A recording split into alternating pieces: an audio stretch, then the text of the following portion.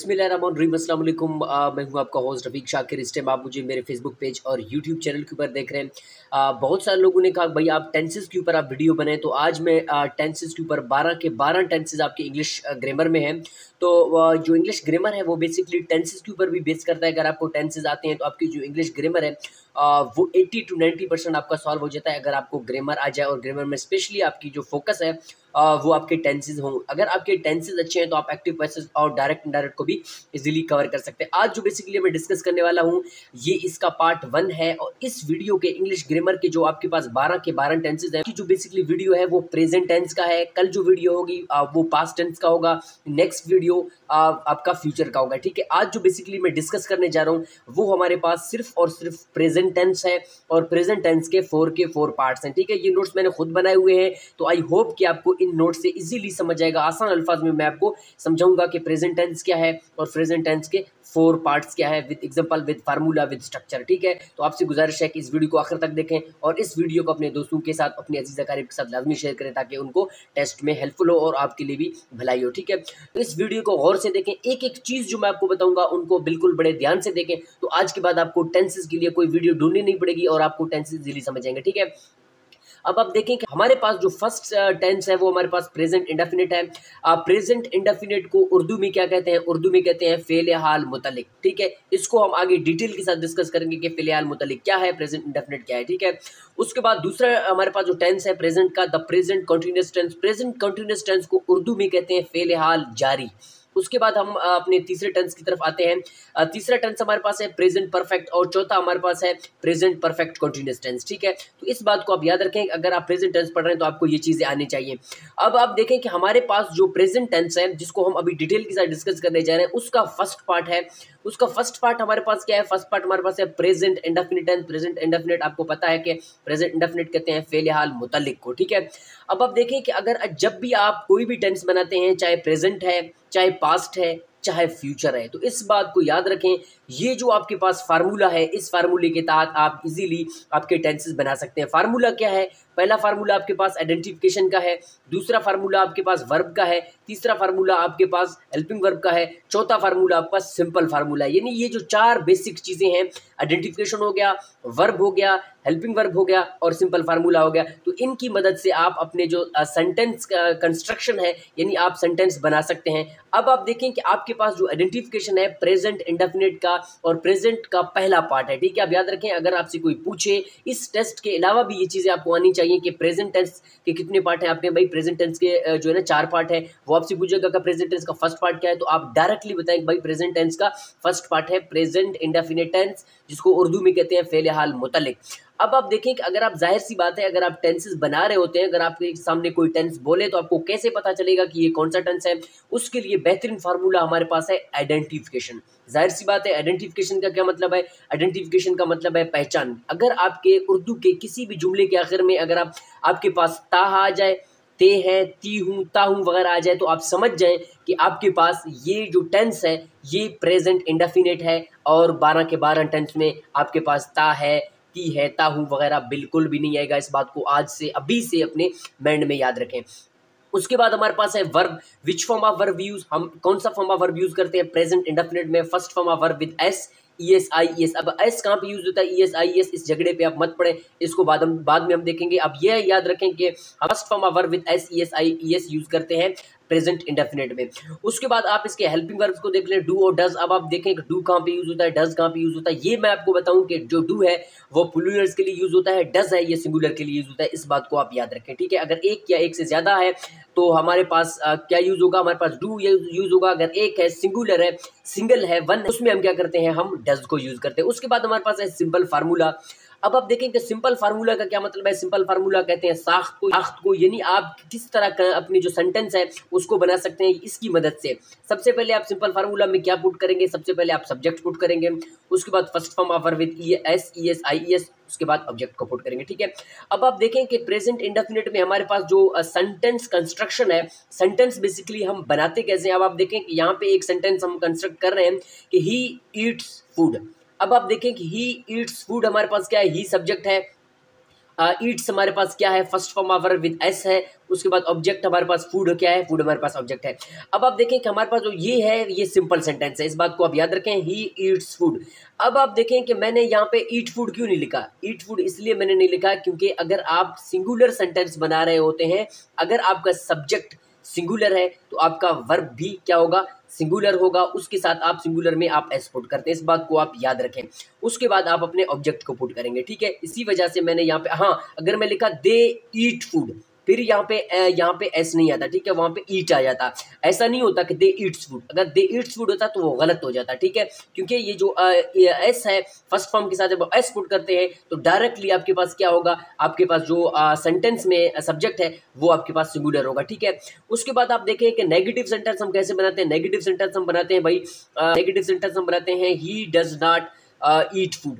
अब आप देखें कि ही हमारे पास सब्जेक्ट है, डज हमारे पास क्या है, हेल्पिंग वर्ब है। शुरू में मैं आपको बता चुका हूं, जो हेल्पिंग वर्ब है सिंगुलर के लिए हम डज को यूज करते हैं।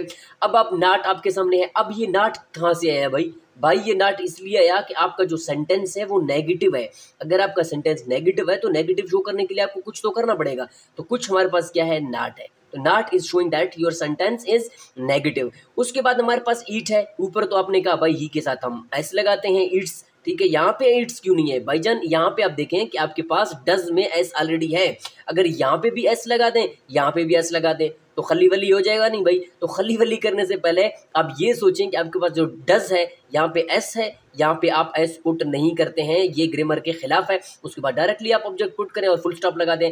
उसके बाद आप देखें इंट्रोगेटिव सेंटेंस हमारे पास क्या है। इंट्रोगेटिव सेंटेंस में हम देखते हैं कि आपको मैं आज एक फार्मूला बताऊं कि जब भी प्रेजेंट हो, पास्ट हो, फ्यूचर हो, उसमें आप अगर इंट्रोगेटिव सेंटेंस बना रहे हैं, आप देखें कि आपके पास जो हेल्पिंग वर्ब होगा वो आपका शुरू में आएगा। इस बात को आप अपने माइंड में बिल्कुल क्लियर बिठा दें, ठीक है, कि जब भी हम इंट्रोगेटिव सेंटेंस बनाते हैं उसमें हम हेल्पिंग वर्ब को शुरू में पुट करते हैं और उसके बाद सेंटेंस के आखिर में हम क्या करते हैं, हम क्वेश्चन मार्क पुट करते हैं। अब आप देखें कि अगर आपका जो सब्जेक्ट है सिंगुलर है तो डज लगेगा, अगर प्लूरल है तो आपके पास डू लगेगा। हमारा सब्जेक्ट ऊपर क्या है और यहाँ पे भी क्या ही है तो हम डज लगाते हैं, डज ही ईट फूड। वही बात है कि यहाँ पे एस इसलिए नहीं है क्योंकि यहाँ पे हमारे पास एस ऑलरेडी मौजूद है। At the end of we put question mark, ठीक है। तो ये हमारे पास हो गया इंट्रोगेटिव। अब इंट्रोगेटिव के बाद हम आते हैं फॉर्मल की तरफ। फॉर्मल सेंटेंस हमारे पास क्या है, डज ही नॉट। बिल्कुल आप देखें कि हमारे पास सेम सेंटेंस है, हमने सिर्फ और सिर्फ फॉर्मल में नॉट को पुट किया, ठीक है। नॉट को पुट किया इसी वजह से इसको कहते हैं फॉर्मल नेगेटिव सेंटेंस, ठीक है। फॉर्मल नेगेटिव सेंटेंस में हम क्या करते हैं, फॉर्मल नेगेटिव सेंटेंस इसलिए इसको बोलते हैं क्योंकि हमारे पास नॉट है, ठीक है। अगर इस नॉट को छुपा दो तो यहाँ पे देखें डज ही ईट फूड ऊपर वाला है और नीचे वाले सेंटेंस में क्या फर्क रह जाएगा। तो इसको फर्क वाजे करने के लिए फॉर्मल नेगेटिव में हम यहाँ पे क्या करते हैं, यहाँ पे शुरू में हम हेल्पिंग वर्ब को पुट करते हैं, उसके बाद हम नॉट, उसके बाद हम अपने सेम सेंटेंस को इसी तरह पुट करते हैं और यहाँ पे क्वेश्चन मार्क देते हैं, ठीक है।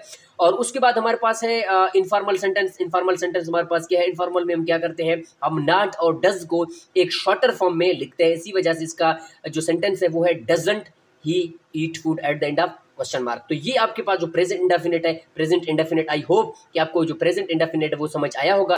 अब हम चलते हैं अपने प्रेजेंट कॉन्टिन्यूअस की तरफ कि प्रेजेंट कॉन्टिन्यूअस हमारे पास क्या है, ठीक है। तो प्रेजेंट कॉन्टिन्यूअस का क्या मतलब है, प्रेजेंट कॉन्टिन्यूअस का मतलब है फेले हाल जारी। अब आप देखें सेम प्रोसेस है, आइडेंटिफिकेशन है, वर्ब है, हेल्पिंग वर्ब है, सिंपल फार्मूला है, बहुत आसान है। अगर एक दफ़ा आपको समझ आया तो इंशाल्लाह आई होप कि आपको समझ आएगा। तो यहाँ पे आप देखें कि इसका जो आइडेंटिफिकेशन है, यहाँ पे ना कोई ता है, न ती है, कुछ भी नहीं है। यहाँ पे क्या है, रहा है, रही है, रहे हूँ या रही हूँ, ठीक है, और या रहे हैं। ये आप देखें कि आपके पास जो आइडेंटिफिकेशन है उसमें आपके पास जब रहा आ जाए, अब आप देखें यहाँ पे रहा था नहीं है, रहा होगा नहीं है, रहा है। अगर रहा है तो रहा किस चीज़ को शो कर रहा है भाई, डेफिनेट बात है, रहा कॉन्टिन्यूस को शो कर रहा है, ठीक है। अब आपके पास जो है ये है किस चीज़ को शो कर रहा है, ये प्रेजेंट को शो कर रहा है। अगर रहा था तो आपके पास पास्ट को शो करता, पास्ट कॉन्टिन्यूस को।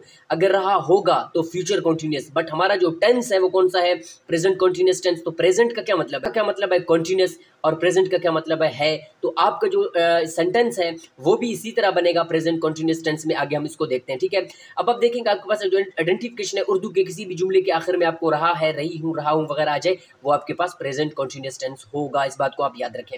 उसके बाद है which form of verb we use, first form of verb with ING में यूज करते हैं। उसके बाद हेल्पिंग वर्ब्स क्या है, इज, एम, आर। इज को सिंगुलर के लिए यूज करते हैं, एम को आई के लिए यूज करते हैं, आर को प्लूरल के लिए यूज करते हैं। इस बात को आप अपने माइंड में बिठा लें। उसके बाद सिंपल फार्मूला। सिंपल फार्मूला हमारे पास क्या है, subject plus first form of verb with ING plus object. बहुत सिंपल है। अब आप इसके सिंपल सेंटेंस को देखें कि हमारे पास जो सिंपल सेंटेंस है इसको देखें, ही इज ईटिंग फूड। अब आप देखें he is eating food, he are eating food भी नहीं होगा, ही एम ईटिंग फूड भी नहीं होगा। क्यों? क्योंकि आपके पास ये सब्जेक्ट सिंगुलर है, सिंगुलर के साथ आप एस पुट करते हैं, एस के बाद आप अपने सेंटेंस को इस तरह कंस्ट्रक्ट करके फुल स्टॉप लगाते हैं। वेरी सिंपल, समझ आया होगा आई थिंक। तो यहाँ पे हमारे पास नेगेटिव सेंटेंस है ही इज, जाहिर सी बात है ही इज नॉट को शो करने के लिए, क्योंकि आपका जो सेंटेंस है वो नेगेटिव है, he is not eating food at the end of full stop. उसके बाद इंट्रोगेटिव है, पहले भी बता चुका हूँ, जो इंट्रोगेटिव है उसमें हम क्या करते हैं, हेल्पिंग वर्ब को शुरू में पुट करते हैं। हेल्पिंग वर्ब अगर आपका सब्जेक्ट सिंगुलर है तो इज है, अगर आपका जो सिंगुलर नहीं है तो आप आर को पुट कर सकते हैं, ठीक है। अब आप देखें कि eight the end of question mark. अब आप देखें इंट्रोगेटिव में क्या है, is he eating food at the end of question mark. उसके बाद फॉर्मल हमारे पास है, फॉर्मल सेंटेंस हमारे पास क्या है, फॉर्मल क्या है, is he not, formal negative, ठीक है। फॉर्मल नेगेटिव का is he not eating food at the end of question mark. अब आप देखें कि आपके पास इनफॉर्मल सेंटेंस है, वही बात है कि आप नॉट और इज को, क्योंकि अगर आप नॉट और इज को एक साथ लिखेंगे तो इजंट हो जाएगा, isn't he eating food at the end of question mark. I hope कि आपको ये भी अच्छी तरह समझ आया होगा। उसके बाद हम बात करते हैं प्रेजेंट परफेक्ट का, जो प्रेजेंट टेंस का तीसरा पार्ट है, ठीक है। अब आप देखें कि आपके पास अगर टेंस प्रेजेंट परफेक्ट में है तो आपके पास परफेक्ट में हमेशा चुका आएगा, और है किस चीज को शो कर रहा है, प्रेजेंट को, और चुका किस चीज को शो कर रहा है, आपका परफेक्ट को। तो यहाँ पे आप देखें वही प्रोसेस है, वही प्रोसेस है, आपको फिर से बता रहा हूँ, प्रेजेंट हो, पास्ट हो, फ्यूचर हो, आपने इसी प्रोसेस को, आइडेंटिफिकेशन को, वर्ब को, हेल्पिंग वर्ब को, सिंपल फार्मूला को फॉलो करना है। इसके अंदर वाली चीजें जो है, ये इंग्रेडिएंट्स आपके पास चेंज होगा अकॉर्डिंग टू टेंस, ठीक है। अब आप देखें किसी भी जुमले के आखिर में आपको चुका है, चुकी है, चुके हैं आ जाए तो आपको समझ जाना चाहिए जो चुका है ये आपके पास प्रेजेंट परफेक्ट का टेंस है भाई, इस बात को आप याद रखो। और एक दूसरी बात आप याद रखो कि वर्ब हम हमेशा प्रेजेंट परफेक्ट में third form of verb use करते हैं। उसके बाद हेल्पिंग वर्ब्स हैव और हैज यूज करते हैं। अगर आपके पास सिंगुलर है तो हैज को यूज करो, अगर प्लूरल है, अगर आपके पास प्लूरल है तो आप हैव को यूज करें, ठीक है। उसके बाद हम आते हैं अपने सिंपल फार्मूला की तरफ, subject plus helping verb plus third form of verb, very simple. अगर आपको ऊपर वाले समझ आएगा इसको आप इजीली बना सकते हैं। सब्जेक्ट हमारे पास आई है तो बता चुका हूं कि आई के साथ हम हैव यूज करते हैं, हैज बिल्कुल भी यूज नहीं करते हैं, गलती भी नहीं करें, गलती करेंगे तो खली वली हो जाएगा, ठीक है। तो उसके बाद हमारे पास है I have done my work at the end of full stop, ठीक है। तो आप देखें कि I have done my work, अब डन क्यों आया, डू क्यों नहीं आया भाई, डू इसका फर्स्ट फॉर्म है, डिड इसका सेकंड फॉर्म है, डन इसका थर्ड फॉर्म है। हम ऊपर बात कर चुके हैं कि वर्ब में हम कौन सा फॉर्म ऑफ वर्ब यूज करते हैं, थर्ड फॉर्म। तो आप देखें डू, डिड, डन, डन हमारे पास क्या है, थर्ड फॉर्म ऑफ वर्ब है, इसी वजह से I have done my work, ये सिंपल सेंटेंस है। नेगेटिव है, very simple, I have not done my work. और इंट्रोगेटिव में हम कैसे बना सकते हैं, इंट्रोगेटिव पहले भी बता चुका हूँ, इंट्रोगेटिव में हम हेल्पिंग वर्ब को शुरू में पुट करते हैं। तो हेल्पिंग वर्ब आपके पास क्या है, हैव है, आपके पास जो हैव है इसीलिए क्योंकि हमने आई को पुट किया, ठीक है। Have I done my work at the end of question mark. Formal sentence भी आप ऐसे बनाए कि have I not done my work.